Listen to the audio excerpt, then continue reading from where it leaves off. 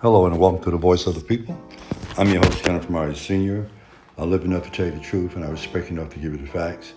This show is sponsored by Myers Law at 1803 Hampton Street in downtown Columbia, South Carolina. Attorney Kathleen Myers is a lawyer that you need to call if you have a criminal case, you have a domestic problem, a family law case, or a civil case. You call Attorney Kathleen Myers, 803-250-1176. When lawyers get in trouble, that's what they call. So if you need a situation where you want justice served, you call Attorney Kathleen Myers at 803-250-1176. I'm your host, Kenneth Myers Sr. I love enough to tell you the truth, and I respect you enough to give you the facts. We believe that God has given us the power and the knowledge to achieve what we're working for and what we're praying for. It matters not the situation. It matters not the opposition. We will prevail, and we will experience victory because God is on our side. But you can pray until you faint. God is not going to drop anything in your lap. You must exercise your faith and get busy. The harvest is plentiful, but the laborers are few. The question is, what are we going to do?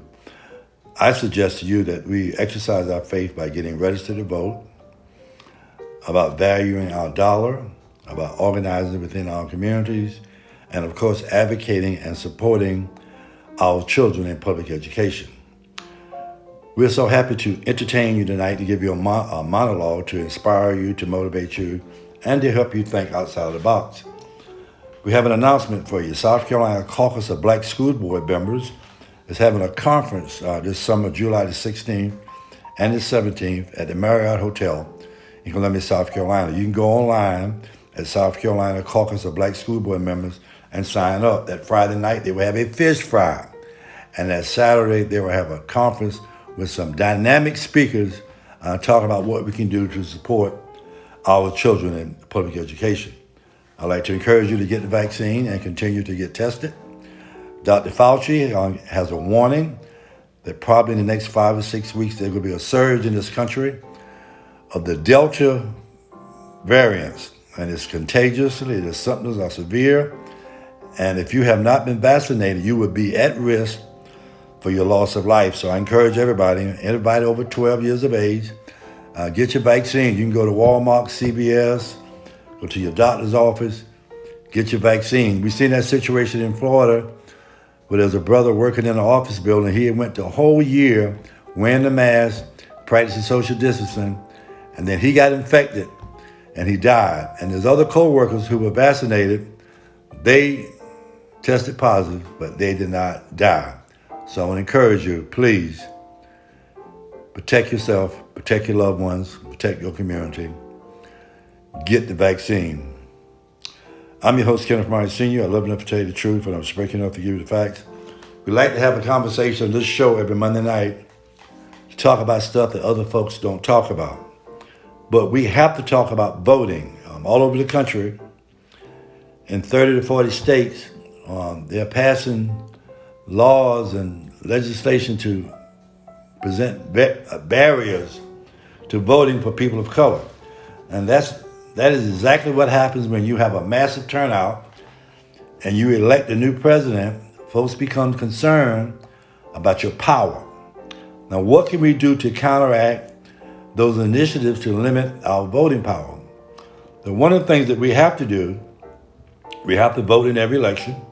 Because, if you don't vote in one election or two elections, the election commission can remove your name off the list and you won't be a registered voter.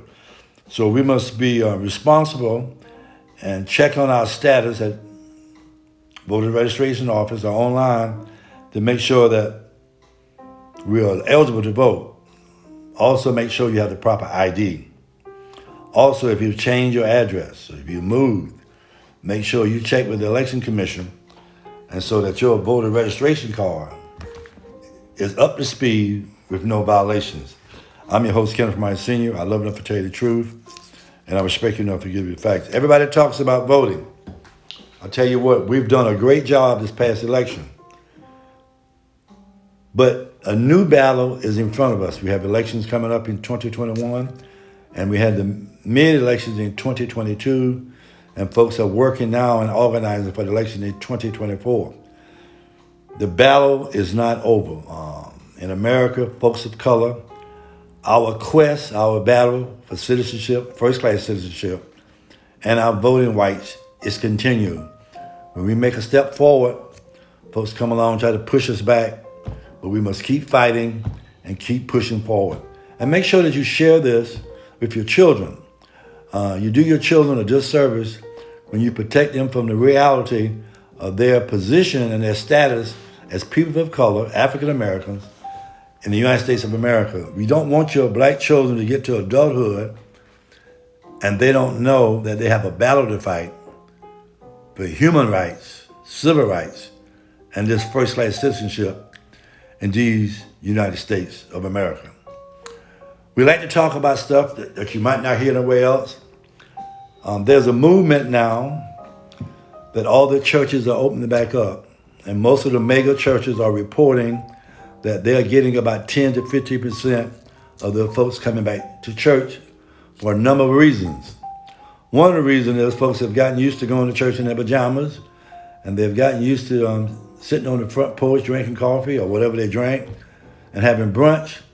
And so the convenience of not going to church for over a year has had a negative impact on folks going back to church. A lot of churches are not requiring people to show that they've been vaccinated. That represents a challenge for other members. Everybody want to go back to church, but everybody want everybody to be vaccinated from 12 years of age up to 100.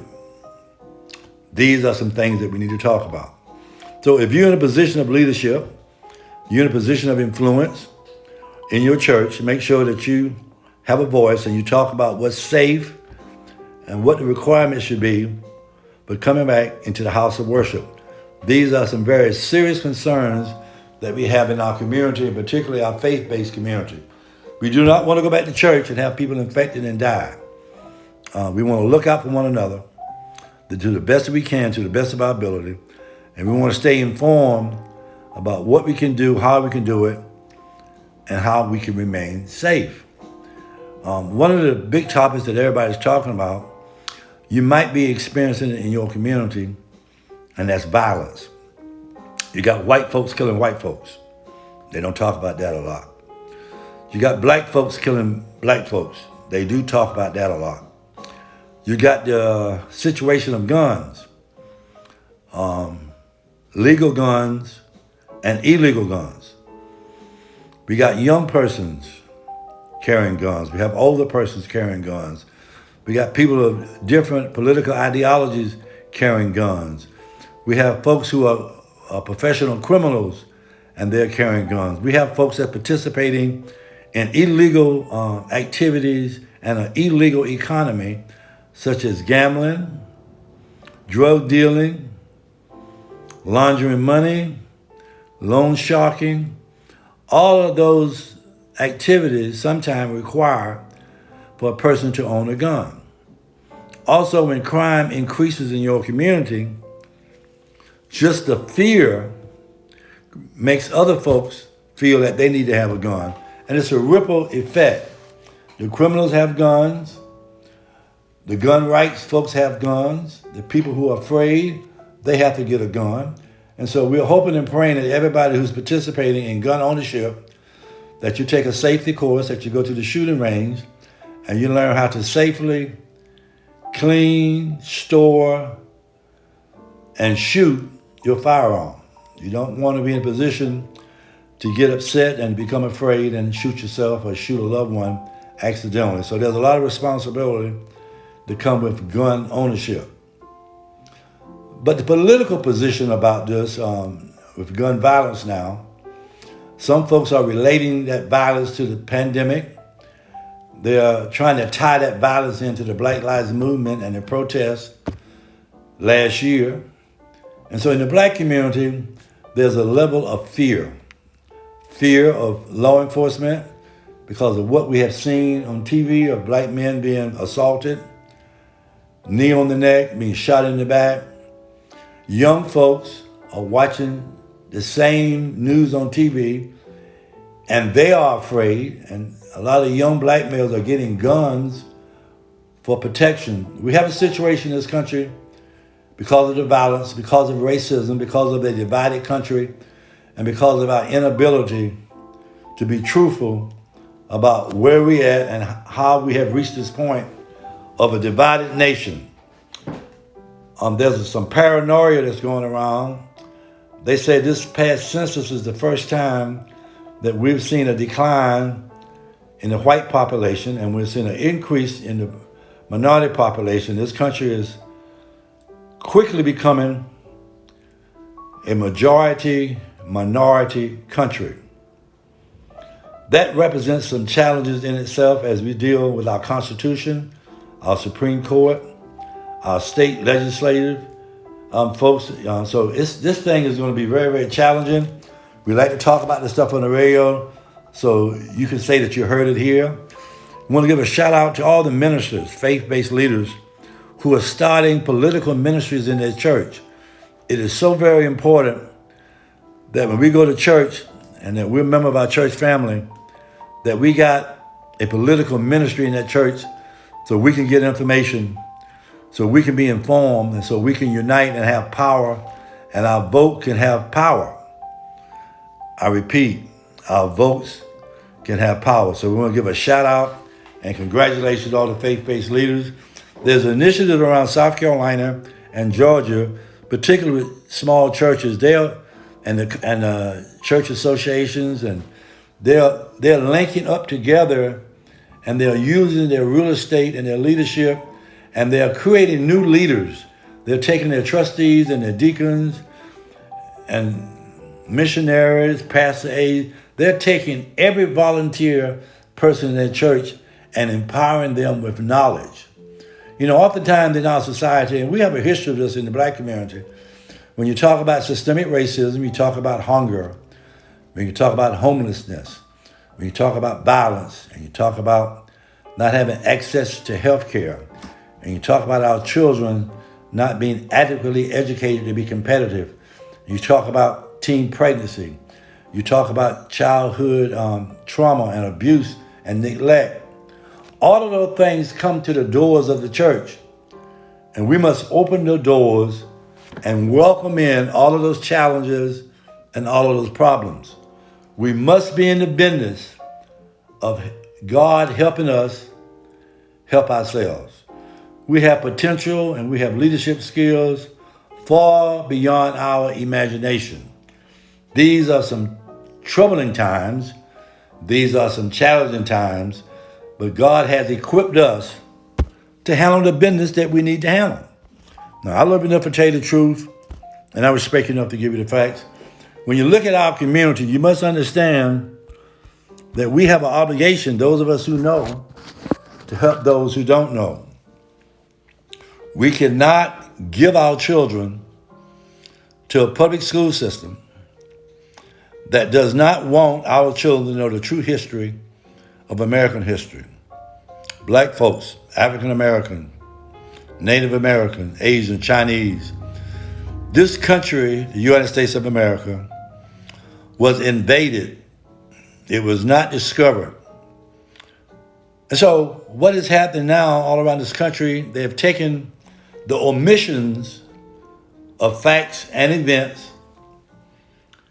and they want to continue to present the misinformation and the lies about American history.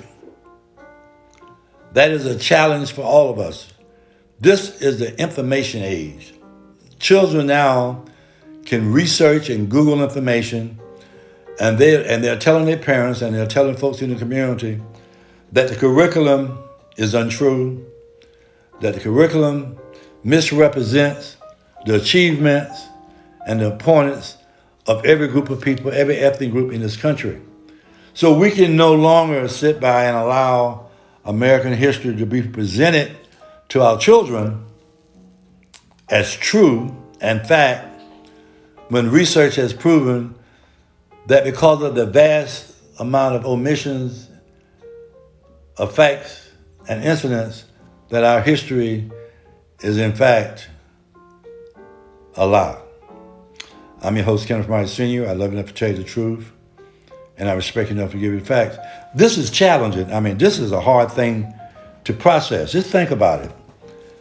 I had to come to the realization that everything I was taught in public education was not to empower me, was not to enlighten me, was not to make me feel proud of who I was and what group of people I came from. And all it told us that we were losers and that we were second-class citizens and that we were barbaric and we were rescued by terrorists.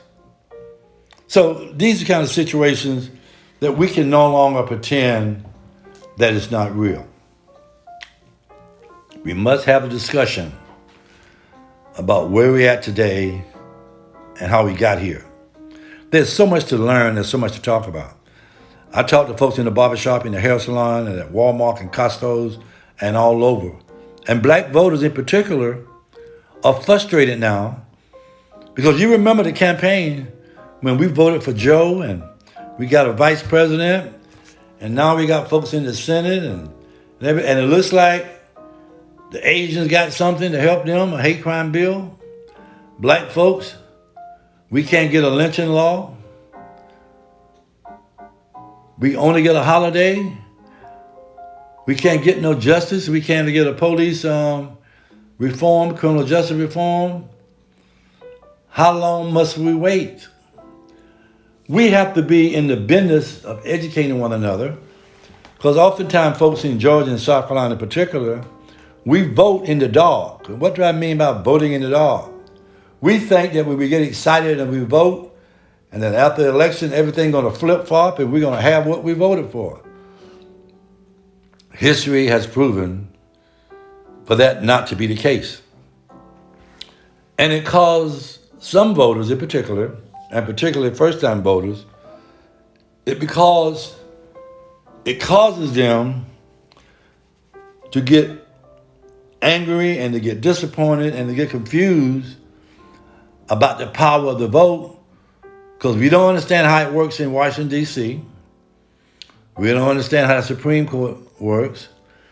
Some of us don't understand how city council works, county council, the prosecutor. All the things are being pushed out front, and we have not prepared our people to have the knowledge necessary to understand what's going on. So how do we get the knowledge out? Well, first of all, I'll tell you what we're not doing. On a Saturday morning, you are not gathering together at the parks and the barbershops and in the Family Life Center and in the churches. And so you're not having any focus groups and you're not talking about politics. You're not talking about access to health care. You're not talking about who the police is locking up and what community that he patrols and just lock folks up. You're not talking about how they're redistricting, changing the voting lines in our community. And we're not talking about how a graduation rate, about 85% of our kids are graduating with a D-, reading on the 6th grade level. And you're blaming the children. That is so irresponsible. Now, if you want my personal opinion, you listen closely, you always blame the leadership. If you go to somebody's house and they don't have any heat, they don't have any water, you don't blame the children, you blame the parents. You come to any community and you see black folks suffering and you see folks being quiet about everything. You don't blame the poor people, you blame the leadership. Now, I would like to say that in the community, a lot of us are people of influence. You can have an elected position.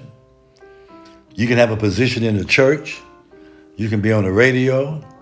You can be riding around just talking to people on the street. But if one person is listening to you, you're a person of influence.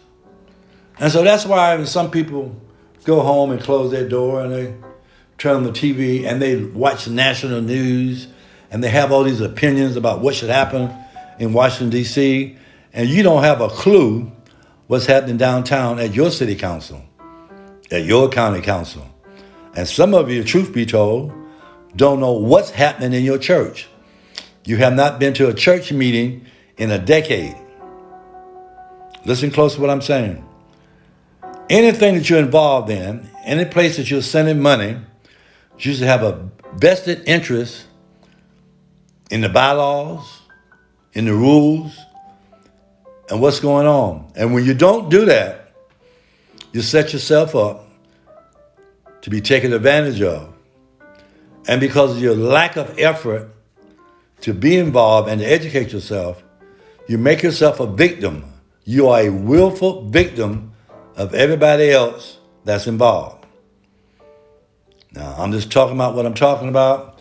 We cannot have these conversations on the radio and not call you out for not doing anything to help yourself, help your community, help your family, help your church, help your elected officials. Somebody have to call you out. It's not enough to go ahead and vote and to send your money in online to church and you go back and be entertained by drinking alcohol in your house or smoking marijuana, smoking cigarettes, buying fashionable clothes where there's nowhere to wear them, and you absorbing yourself in personal selfishness. And then you wonder why nobody in the community is doing anything. But the truth to be told is, what are you doing? You and I, as an individual, as an adult, what are we doing to be a role model? Talk to me for a minute. To be a role model, to be a shining light to your children, to your nieces and your nephews, to your uncle and your aunts, to your neighbor. See, your neighbors, if somebody came in your neighborhood and asked whether you were a good citizen and whether you cared about the community, you don't want them to say that all you ever did was wash your car and grill steaks and had a cooler in the backyard and blast your music and talk about the NBA and the NFL. Because I have a secret to tell you. When you live that kind of lifestyle, and you know we're black people, and you know we're oppressed, and you know folks have relegated us to second-class citizenship, you know when we continue with the habits that we have, we teach the next generation, we teach our children that our citizenship and that our humanity is not worth fighting for. So we have a situation in this country, and particularly South Carolina, we are a poor state. You got industry all over the world bypassing third world countries to come to the rural areas of South Carolina, Georgia, Mississippi, and Alabama, slave states, because the labor among us is cheaper than a third world country. And if they do give us a wage, how they take the money back is they put check cashing places in our neighborhood. They put convenience stores by non-black people to sell cigarettes, sugar, and alcohol. And they put rent their own places in our neighborhood. They put check cashing places in our neighborhoods. And those of us who have any knowledge, we move out of the neighborhood and we leave our brothers and sisters at the mercy of these other foreign folks that come in our community and rape us of our dollars and have negative imageries of signs of alcohol and tobacco and drugs. And then we sit around and watch the police department intentionally over-parole our areas and lock up our young men for alleged traffic crimes, alleged drug dealers, as they watch the drug suppliers drop the drugs off and they escort them back to the interstate. Then they turn around and arrest our little boys for using marijuana and that type of thing. We have to pay attention to our own community. And I know we have a situation in our communities where all the human capital, what's the human capital? But that's all the educated blacks and the influential blacks, that they have made a decision to live outside of their community. And so that places a drain on potential leadership in our communities. In a lot of communities in the state of South Carolina, around the urban areas, you have black middle class folks only come in the hood just to go to church. And after the church is over, they ride back out into the integrated subdivision. Now, don't get me wrong. I understand that you care about your property values. I understand capitalism. I understand there's a real estate.